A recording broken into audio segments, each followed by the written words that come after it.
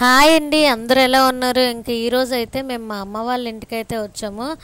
ఇంకా వచ్చాం కదా అని చెప్పేసి ఈవినింగ్ ఏదో ఒక స్నాక్ అయితే చేయమంది మా అమ్మ. సరే అని చెప్పి క్యాబేజీ ఉంది ఇంట్లో కదా అని క్యాబేజీ పకోడీ అయితే ట్రై చేశాను.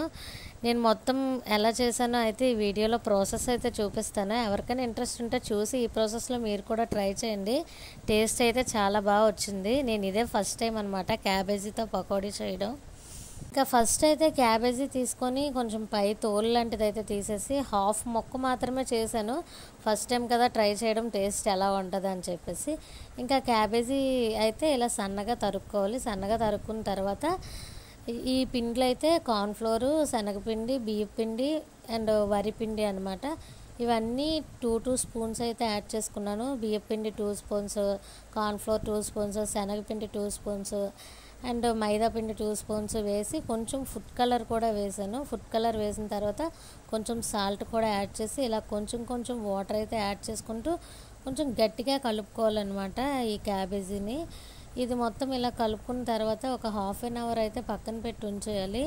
ఇదంతా బాగా పిండి మసాలా మొత్తం అంతా అయితే ఇంకా ఈ క్యాబేజీకి అయితే పడుతుంది. ఇవంతా బాగా మిక్స్ చేసుకున్నాకైతే మూత పెట్టి ఒక హాఫ్ అన్ అవర్ పక్కన ఉంచుకున్న తర్వాత స్టవ్ ఆన్ చేసి కడాయి పెట్టుకొని ఎంత క్వాంటిటీ కావాలో అంత ఆయిల్ అయితే వేసుకోవాలి. ఈ ఆయిల్ అయితే బాగా హీట్ అయిన తర్వాత ఈ పిండి అయితే కొంచెం కొంచెం తీసుకొని ఇలా ఆయిల్లో అయితే వేసేసుకోవాలి. ఇలా ఆయిల్ వేసిన వెంటనే కదపకూడదు అనమాట. కాసేపు ఒక 5 మినిట్స్ అలా ఉంచేయాలి.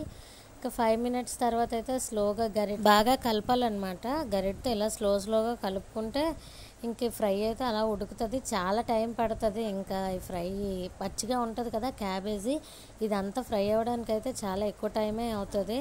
ఇంకా అలాగా హై ఫ్లేమ్లో, మీడియం ఫ్లేమ్లో, సిమ్లో అలా పెట్టుకుంటూ అయితే ఇంకా వేయించుకోవాలి. ఇది బాగా వేగిన తర్వాత అయితే ఇలా మూకిట్లోకి అయితే తీసుకొని ఒక కంచంలో అయితే వేసుకున్నాను. అలాగే మనకి ఎంత పిండి ఉందో అంత అయ్యే వరకు మళ్ళీ నెక్స్ట్ వాయి అయితే వేసుకొని అది కూడా ఇలాగే బాగా ఫ్రై అయ్యాక కంచంలోకి అయితే మొత్తం ఇలా తీసుకొని అయితే లాస్ట్లో కరివేపాకు, పచ్చిమిర్చి అండ్ పల్లీలు అయితే ఈ ఆయిల్లో వేసి వేపుకొని మిక్స్ చేసుకొని అయితే తిన్నాము. టేస్ట్ అయితే చాలా బాగా వచ్చింది. ఫస్ట్ టైం ట్రై చేయడం కదా, టేస్ట్ కూడా బాగా వచ్చింది. డౌట్తో ట్రై చేసాను ఎలా ఉంటుందా అని, కానీ చాలా బాగా వచ్చింది టేస్ట్. ఇంకా మా వాళ్ళు కూడా అందరూ బాగా తిన్నారు.